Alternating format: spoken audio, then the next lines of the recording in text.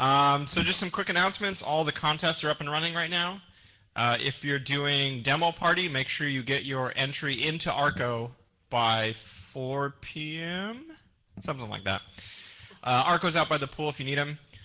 There's the hardware hacking, lockpicking, and war games villages over on the other side of the hotel, so be sure to check those out. There's also a hidden contest, a mystery contest, you might say. It has something to do with FM radio. I'm not really sure how that works. I believe there's some gentlemen here who can teach you how radios work. It's a radio, apparently. So be sure to check that out. That's a fun contest that hasn't been beaten at DEF CON, TourCon, and other stuff. I'm told it's not that hard. People are just not motivated. So be sure to kill it here and put another feather in our cap here at LayerOne. Coming up next, we have HotelBravo talking about SEC, baby, SEC and healthcare. So take it away.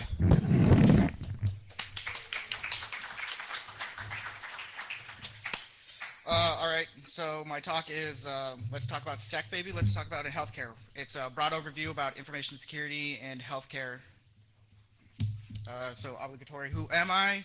And, I'm Aaron Herrera, HotelBravo, been doing IT work and mostly in SEC for about 5 years now.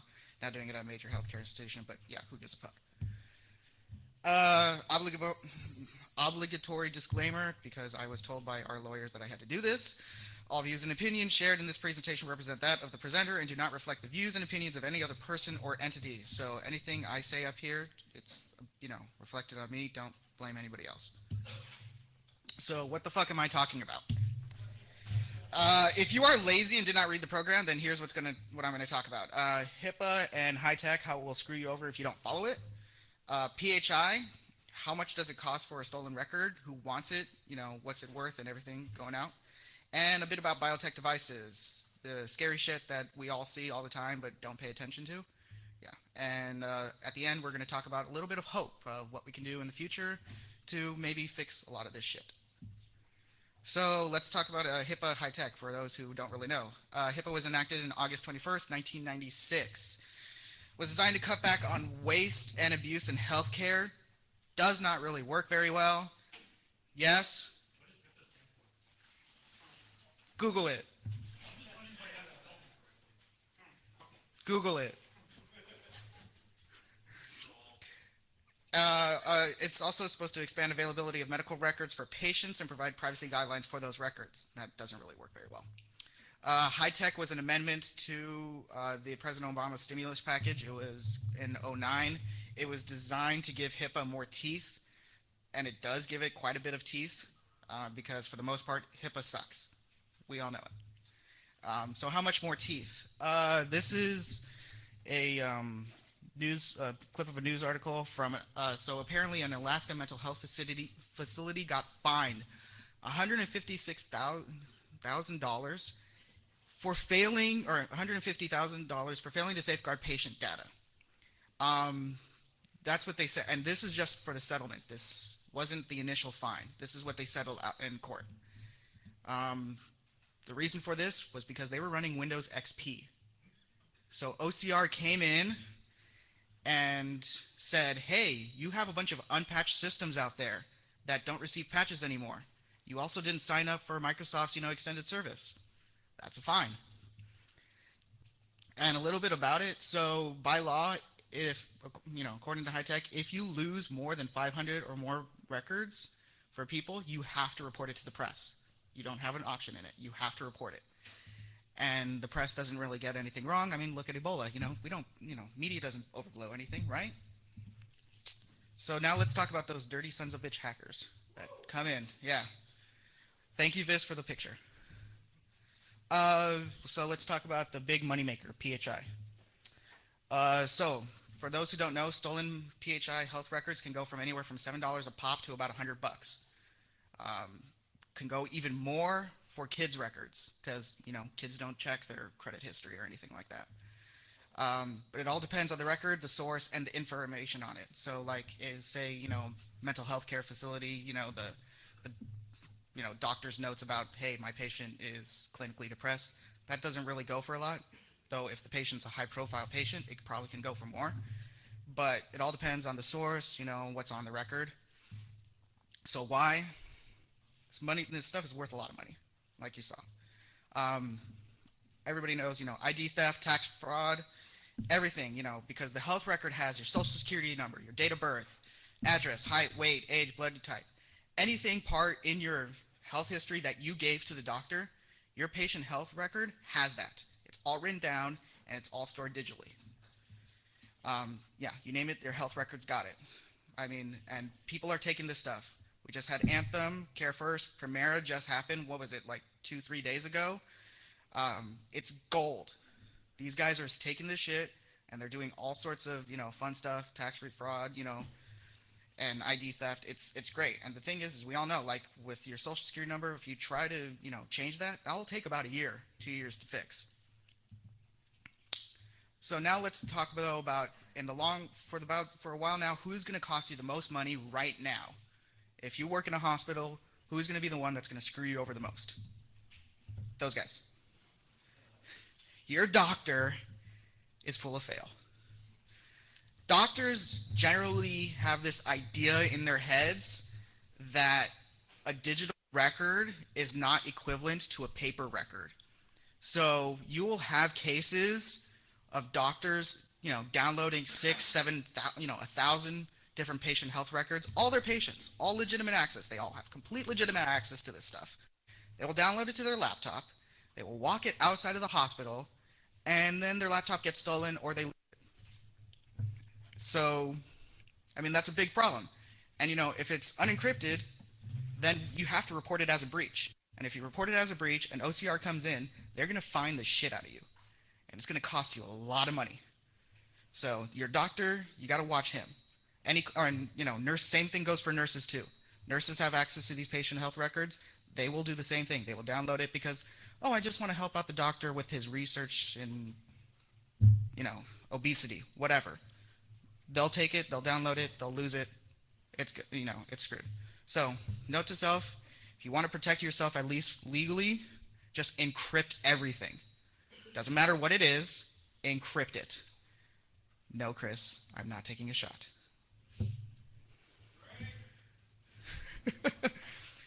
So the best is yet to come. Okay. Do anybody know who these people are? Any of you there? Anybody in the audience?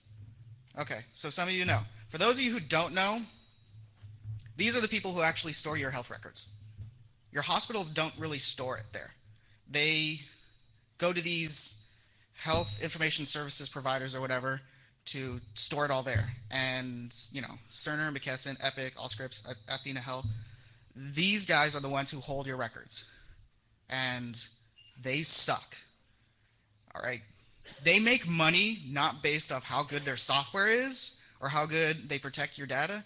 They make their money based off of how much it's going to cost you to get rid of them.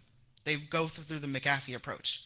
They get themselves in, they attach themselves to your network, and then they say, well, you want to get rid of us? Well, that's going to cost you, $1 million to get rid of us. Oh, and, that's not going to, and at the end, you're like, well, it's going to cost me $1 million to get rid of them, and I'm not really going to save all that money, so screw it, I'll just keep them around. And their security is absolutely terrible. I've had people, from different companies who have done, who've done engagements against these guys, and they say they're just absolutely horrible. It's a mystery why there hasn't been a bigger breach than, Anthem or whatnot. All right, so now we're going to go into a bit of the scary shit that happens out there. We're going to talk about some of the biomed devices. So biomed devices, pretty much from pacemakers to infusion pumps, all this stuff is network and it doesn't have any type of real security standards on there. I mean, we remember the Barnaby Jack talk about hacking a wireless pacemaker, and that was a lot of fun, but for the most part, stuff like that hasn't really changed. Nobody wants to change it because there's no real benefit into changing it. And the FDA really doesn't have any rules when it comes to security in biomed devices. There's no regulation, there's nothing. They just say, here are a couple of guidelines that we want you to follow, but that's not a deal breaker for us. We'll still, sign off your crappy infusion pump out there and let you sell it to mom and pop, hospital or whatever. Who cares? But yeah, all of it's just recommendations, and the FDA really doesn't say anything. And all these recommendations and everything will only apply to stuff that's about to come out of the market or stuff that's already going through FDA approval. So you will have, and this is not uncommon, biomed devices that have probably been sitting in your hospital for 10, 15 years, and the hospital does not get rid of it because it costs too much money, or they want to get rid of it, but the clinician is like, hey, I don't want to get rid of it. I'm used to using this device. Or sometimes even clinicians, when they change hospitals, they'll buy the freaking device themselves and take it with them to another hospital, simply because they're used to it, they know it works. This freaking microphone keeps on cutting out. Fuck the microphone. But yeah, they'll just keep it and take it to other places, and then they'll just plug it into the network because, I want to be able to, reach all these patients and see how they're all doing from the comfort of the golf course, And the security is, fuck you, whoever did that. That was you, Freck, wasn't it? It was you. I know it was you. So I don't know if any of you saw this CVE that got published last week. So there was a biomed device that had port 23 open, no authentication at all, and you got root shell. Yeah. That's not uncommon, and also this fix, they're not going to be able to really fix this. So if you want to, kill somebody, just look up the CVE. You can probably find some of these devices, but yeah, it's not good because government sucks when it comes to regulation. So for all the old devices out there, any major patches, any major software changes to any type of device has to go back through full FDA approval.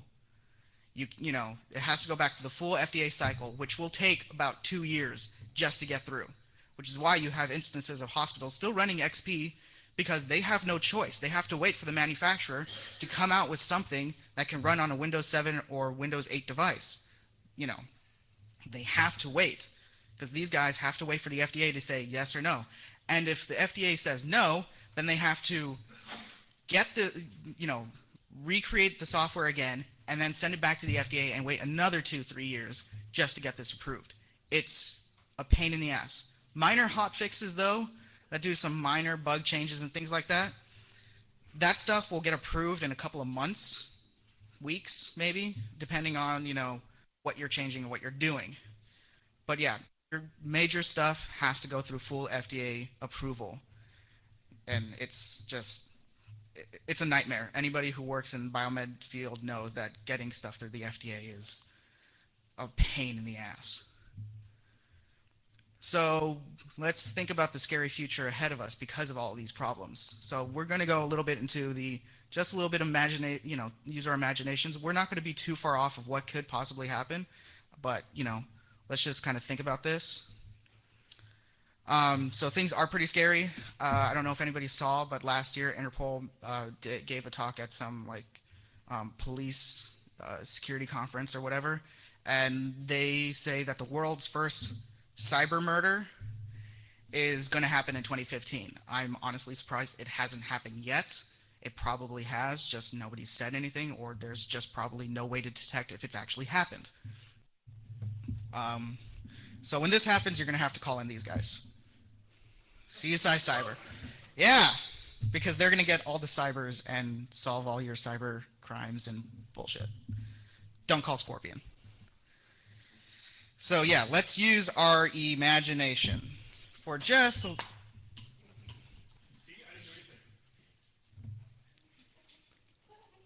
You occurred. I love you too, Freck. You're my one and only one. Let's get married. All right, so let's use our imagination just for a little bit when it comes to biomed devices. So, a lot of us in this field, we know criminals, they're only going to go after profit. So yeah, we like to say about, hey, we can kill people, and that's awesome and all, but is the criminal really going to bother to actually do anything about it? So let's just think about this for a sec. Let's say you infect 10 infusion pumps, 30, 40 maybe, and you can do anything you want with them, right? Yeah, who cares, right? I'm not going to get any profit. But then let's just do this. What if I infect 40 infusion pumps, send an email off to senior hospital staff? Hey, I've infected these machines, or I've infected this number of machines. I'm not going to tell you which ones, but I got them. If you don't pay me $1 million, I'm going to start killing people one by one. It's crazy, but that's kind of like CryptoLocker, right? It's ransomware. It exists, and it's the same thing. We're just taking the whole concept of, I have all your very, very valuable information encrypted, and I'm not going to give you the key unless you pay me, X amount of money. We're just translating it to biomed devices, saying, I've now infected all your machines. If you don't pay me, I'm going to start killing people. And then you're going to have to explain to the press and to all, the patients' families, hey, I didn't want to pay $1 million, so that's why your mother, your husband, your wife, your kids are dead. That's, it's not out of the crazy realm, right? So there's kind of hope for this whole thing. It's all you guys. You should come to the dark side. I know banks pay more money than anything a hospital is going to pay you. Sorry, it's just the way the world works. The thing is because for the most part, they don't need us. Hospitals, I've had clinicians come to me all the time, and they make it very clear to me, we don't need IT. And IT makes things easier for us and faster for us and allows us to deal with more patients. But in the long, when it comes down to it, we don't need IT. We can take care of the patient with freaking, rubber tubing and syringes. We can go back down to that. So, they're not going to, but, IT and InfoSec, we help them keep things running. But the whole concept of information security with healthcare is very, very new. For the most part, most hospitals did not have an InfoSec department, and if they did, it was just one guy who said no to everything and got overruled all the time. So he was just kind of a figurehead to say, yeah, sure, we have an InfoSec department. It's just this guy. But thank you, Anthem. Hospitals and healthcare providers are running crazily scared. They are throwing money at InfoSec. It's amazing how much money they're just, here you go, just protect us. Tell us everything's going to be okay. It's not. But hey, I'll take your money anyways.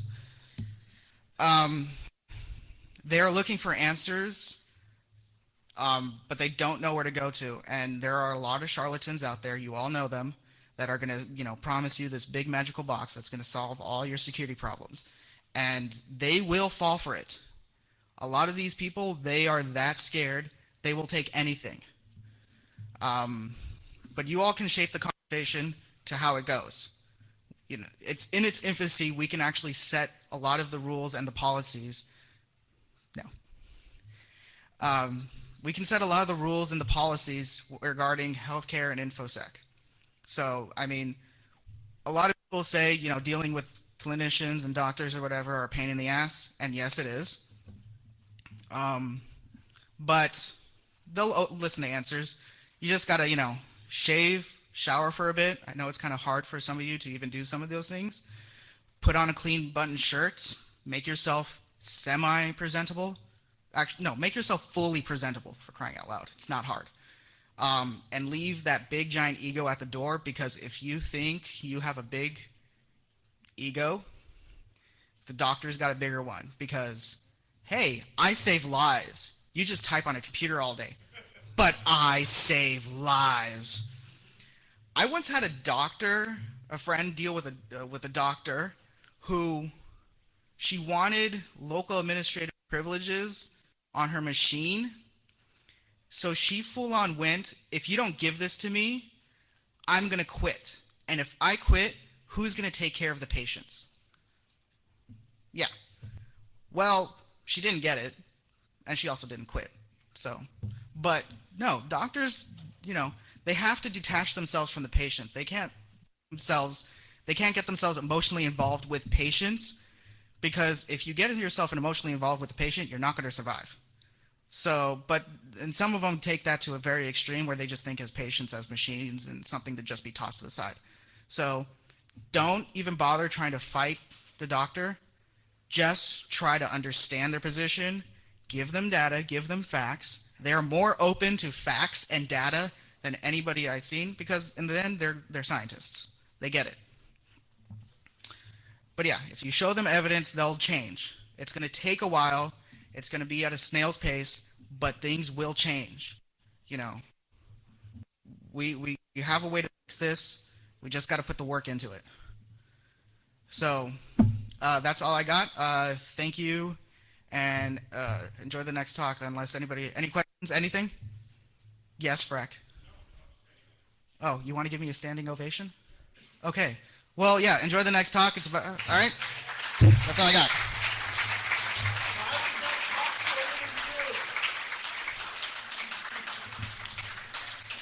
You have a question? I want to know why your talk was shorter than you are. I'm not short. I'm vertically challenged. Just a quick run through. I mean, I only have half an hour here. I mean, you have anything to add, Chris? Or you can, shut your trap and go whine somewhere else. That's what I thought. Bitch. Anything else? Anybody have anything constructive to say? Comments? Yes. My mommy says not till next year. Again, anything of any constructive criticism or anything that you want to add, and not about how young I look or how short I am. I get it. I'm young. I'm short. Let's move on.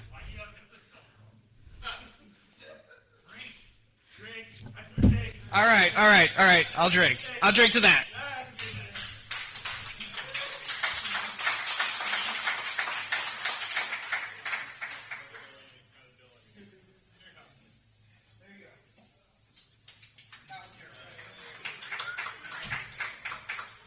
All right. Yes.